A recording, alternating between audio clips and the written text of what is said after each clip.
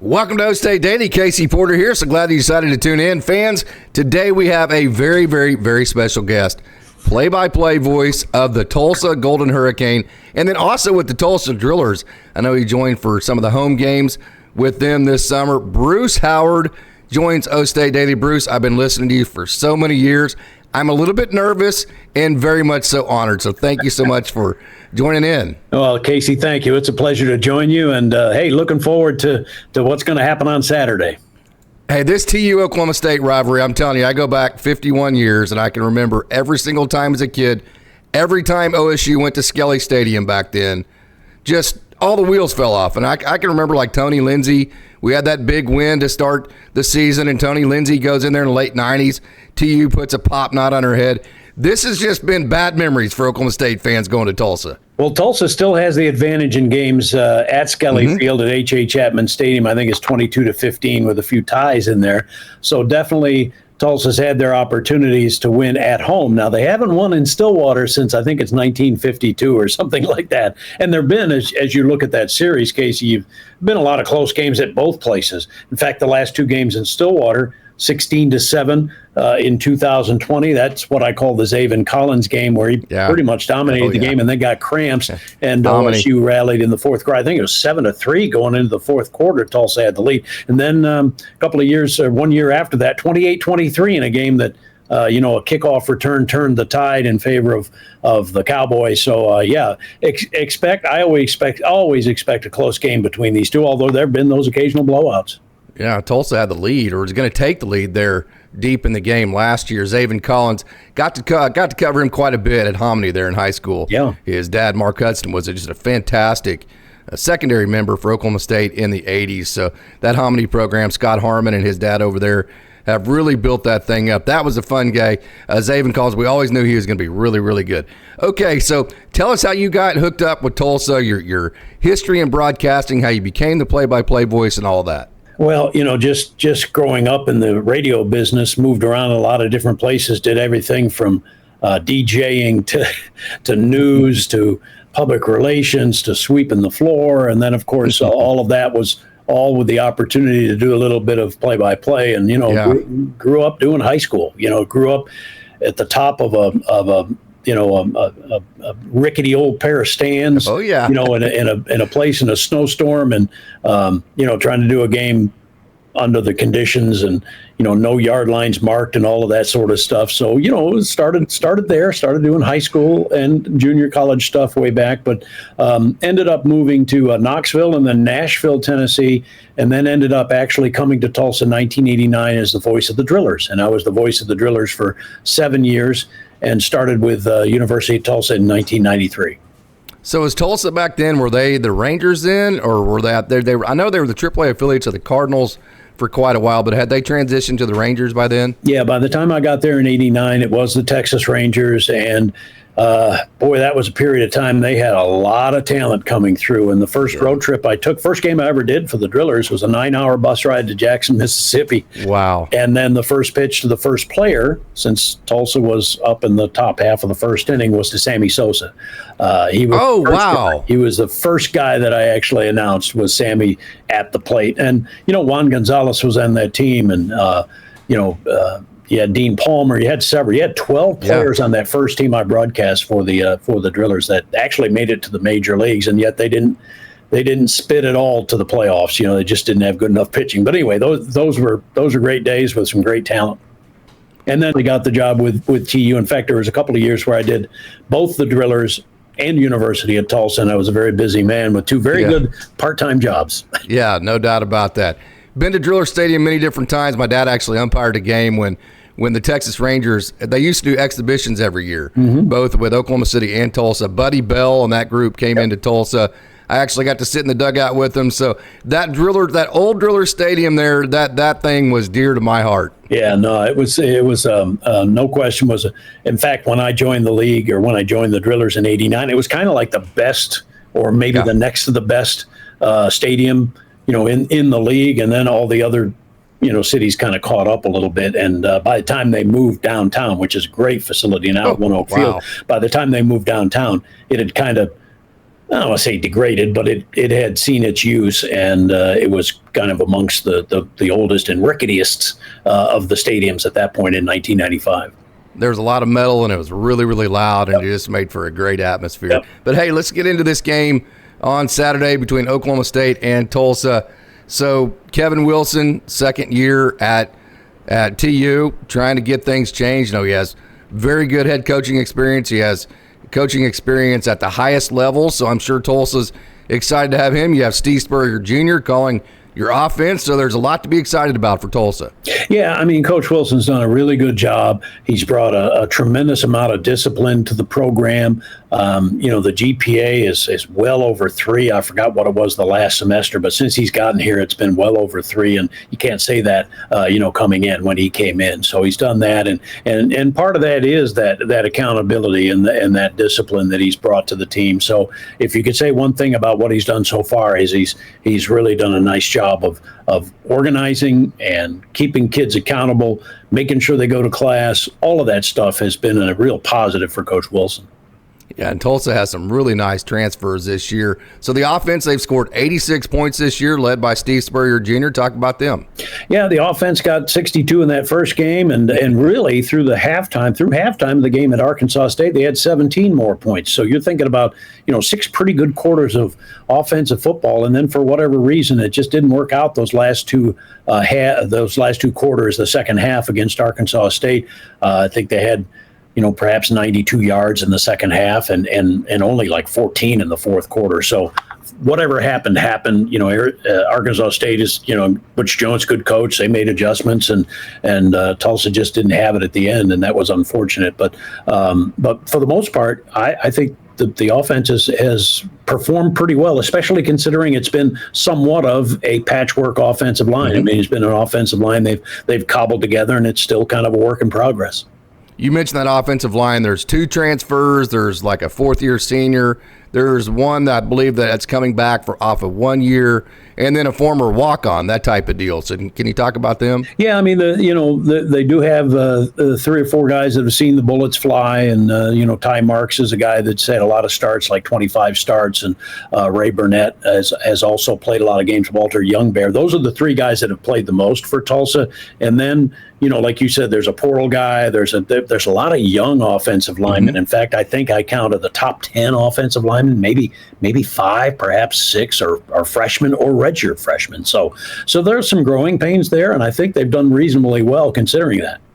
I got to ask, any of them as good as Evan Plagg? Of course, Evan's from Guthrie. I got to coach Evan, so he's dear to my heart. Yeah, he was a great kid. They got the potential for sure. And, Tulsa had Tyler Smith a couple of years ago that went to the Cowboys, and they're even talking now after 2 or 3 years of him being with the Cowboys. They're talking about him being a potential Hall of Famer. I was like, it just took me aback the other day when one of the commentators on TV said, yeah, and a possible future Hall of Famer and Tyler Smith. I'm like, wow, he's only been there 2 or 3 years, and he's made that much of an impression. But he was a really good player, for Tulsa. In fact, I think it was either the 28-23 game or the 16-7 game. Tyler had like 4 holding calls against Oklahoma State that day, but obviously recovered and had a great career and ended up being in the NFL as a number 1 draft choice. Hey, I'm bouncing around a little bit here. That's okay, because I wanted to ask you about this. I did not put this on the question log, but this will be an easy one. All right. Can you take us back to that Notre Dame game whenever Tulsa beat Notre Dame?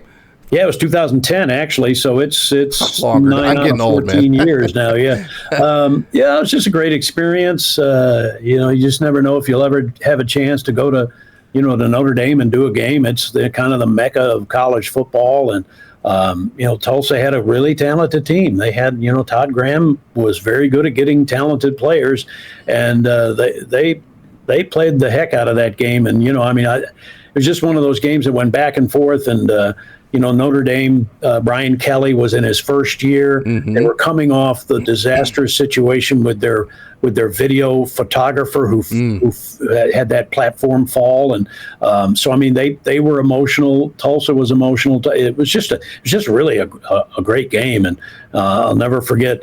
During that final drive where Tulsa kicked a field goal that eventually gave them their win, they had a 3rd and like 18, and they converted, and everything looked good, and kind of like kind of like what happens sometimes on the road. All of a sudden, a flag slips out of somebody's pocket. They called offensive pass interference against Tulsa, which still is disputed to this day. And G.J. Kitty, who, of course, is now a great coach at Texas State, he drops back on 3rd and 28, something like that, and converts it with a 32-yard pass. And they end up getting down, getting a field goal. But great time, great experience. And who knows if you ever get a chance to go back there again. No doubt about that. I wanted to ask you about that because I remember that game, obviously, like it was yesterday. Let's get back to this year's Tulsa team. I've been seeing Kirk Francis, your quarterback at Metro Christian. So I know all about Kirk Francis. I saw the 660 yards or whatever he had in the state championship game, which still is a record for yards thrown in a state championship game in Oklahoma. He moved Metro Christian from 2A to 3A.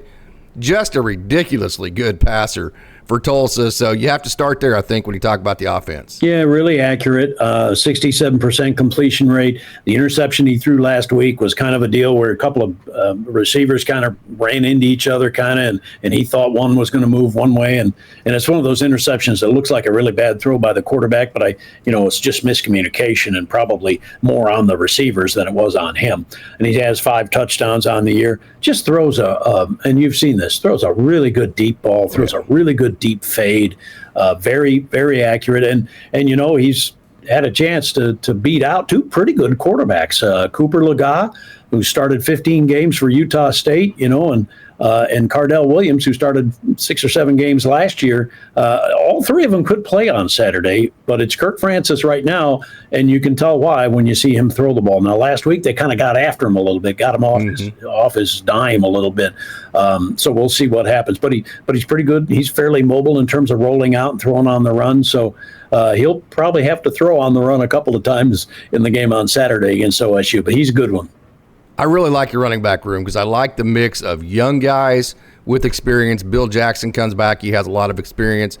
Anthony Watkins transferred, I believe, in 2020 from Missouri. Then you have a bunch of young guys, or a couple of young guys at least, beneath them. So it's a good running back room. Yeah, it is. And Anthony Watkins kind of has been historically a slow starter, but boy, he finished really strong last year. He had 889 yards on the season. And Bill Jackson is a tough little pop knot. He's a tough runner. Unfortunately, last week, he broke about 6 tackles on the way to the end zone and fumbled at the one. And he was so disconsolate.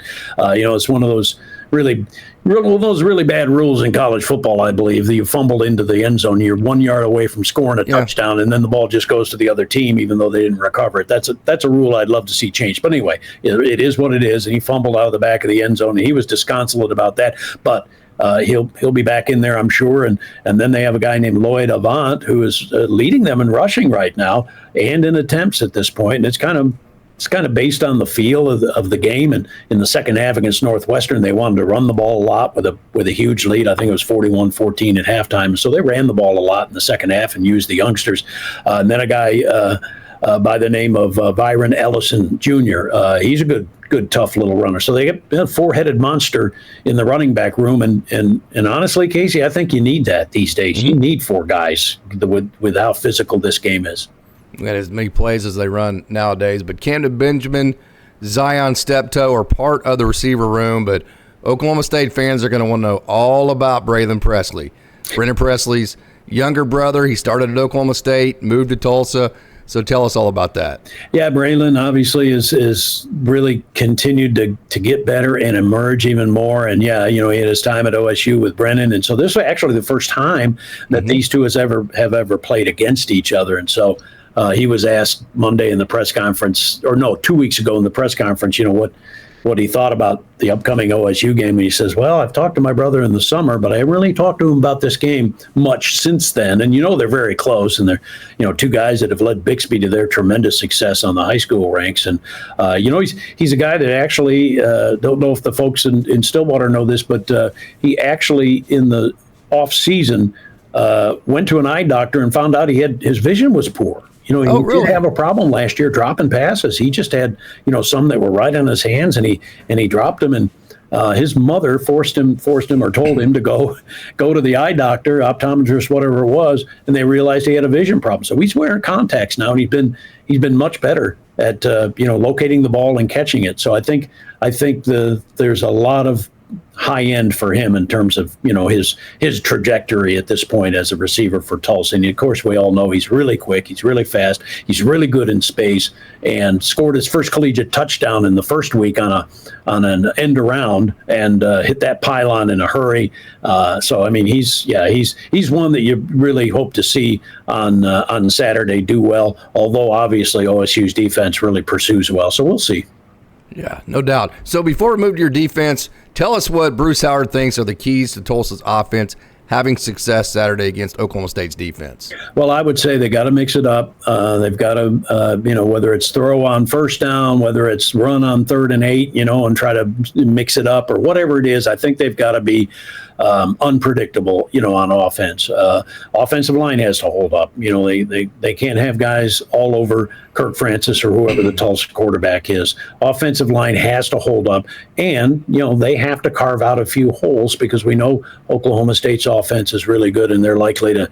I know they run with pace, but they're likely to hold on to the ball a little bit. So for Tulsa, I think they've got to mix it up. They've got to throw to the wideouts. They've got to run a little bit, as I mentioned. They got to throw to the wideouts, and they have some dangerous guys at tight end as well. So I think they got to throw the kitchen sink, at OSU in order to be successful. And most of all, don't turn the ball over. I mean, that's the big deal. You might get hit with a couple of bolo punches and you're down 14-0, but don't turn it into 21 or 28-0 like what happened last year against OU at home.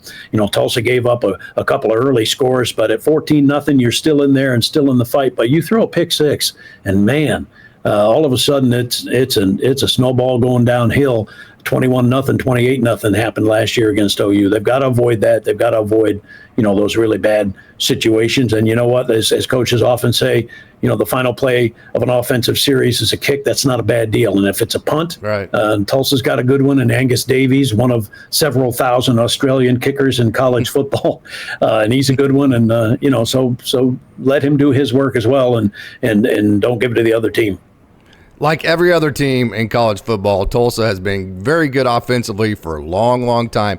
Defense last year, let's call it what it is. They struggled to tackle at times. Coach Polizzi, a very, very good defensive coordinator, I'm sure has made some adjustments in the offseason, brought in some new guys. So what can we see from the Tulsa defense? Well, a year ago, Casey, they averaged 34 points a game, and that's just not winning football. And so far this year, they're averaging 28. But remember, there's a punt return for a touchdown. There's also a blocked field goal run back for a touchdown. So when you talk about true defensive average, and that's kind of a stat I'd like to see, the true defensive average about 20-21 at this point. So they indeed have done better. They only allow 311 yards a game, so that's kind of a benchmark as well. I just think, like every year with almost every team anymore, you lose some, you gain some, and Tulsa's gained three pretty good linebackers out of the portal. They have some guys, coming back on the defensive line. Defensive line did not play as well as they could have last week. They need to get some pressure on the quarterback of OSU, obviously,